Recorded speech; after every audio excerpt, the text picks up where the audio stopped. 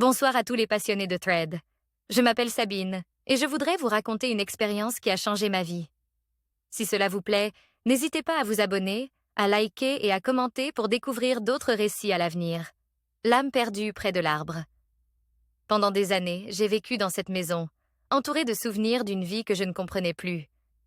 Chaque jour, observant le monde à travers mes fenêtres, je contemplais le verger qui bordait mon jardin, dans lequel j'adorais me promener. Mais une sensation étrange me hantait. Je ne pouvais pas mettre le doigt sur ce qui n'allait pas.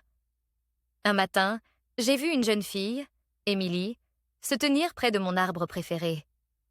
Elle semblait triste, comme si elle portait un poids lourd sur ses petites épaules. Elle avait un regard humide, et quelque chose en moi m'a poussée à m'approcher d'elle. Au fil des jours, nous sommes devenus amis. J'essayais de lui remonter le moral, à la faire rêver et sourire, comme si ma présence pouvait lui apporter la chaleur dont elle avait besoin. Mais, au fond de moi, un sentiment d'incertitude persistait. Émilie avait souvent des éclairs de nostalgie, évoquant son père qui lui manquait terriblement. Je commençais à réaliser que quelque chose n'allait pas. Émilie était parfois si pensive, si mélancolique. Elle me posait des questions sur la vie et la mort, et à chaque fois, je frémissais.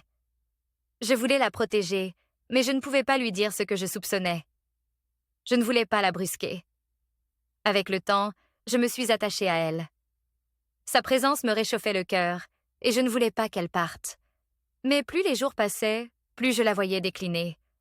Elle parlait souvent de son père qu'elle ne voyait plus depuis longtemps, et je me suis rendu compte qu'elle restait accrochée à ce monde. Un jour, je décidai de lui faire comprendre qu'elle n'était plus parmi nous, qu'elle devait passer de l'autre côté. Elle refusa d'écouter. « Je suis vivante !» s'exclama-t-elle, avec une détermination qui m'ébranla. Pour me prouver qu'elle avait raison, elle prit une pierre qui était à ses pieds et la lança de toutes ses forces. Je restai figée, incapable d'en croire mes yeux. Comment pouvait-elle faire cela? Émilie retira le pendentif qui ornait son cou. En me regardant fixement, elle tendit le bras vers moi pour me donner son bijou.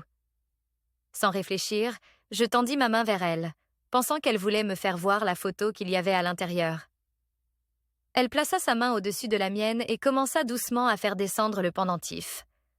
Dans un moment de confusion totale, le pendentif traversa ma main. Sous le choc, j'ai commencé à bégayer en me posant 1000 questions. Comme pour essayer de me rassurer, j'ai tenté de donner un coup de pied sur une des pierres qui jonchaient le sol. Ma surprise fut encore plus grande quand je vis mon pied la traverser. C'est en voyant son regard inquiet que tout s'est éclairci. Émilie n'était pas un fantôme. Elle était bien vivante, tandis que moi, j'étais perdue dans un état entre la vie et la mort. Un mélange de tristesse et de peur m'envahit.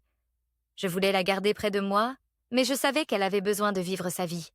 « Émilie », dis-je avec une voix tremblante, « tu dois avancer, retrouver ton chemin. » Elle me regarda avec des larmes dans les yeux, ne comprenant pas vraiment.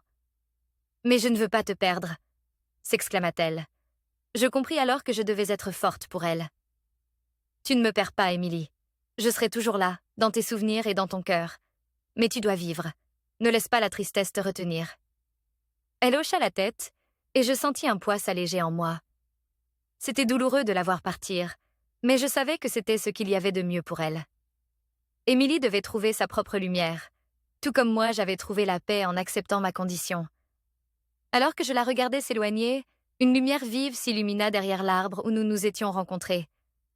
Notre amitié m'avait permis de réaliser qui j'étais vraiment. Même si j'étais un fantôme, Émilie resterait vivante, et c'était tout ce qui comptait. En touchant la lumière, je lui lança un dernier regard et en souriant, je lui murmurai « Vis pleinement, Émilie. Je serai toujours avec toi. »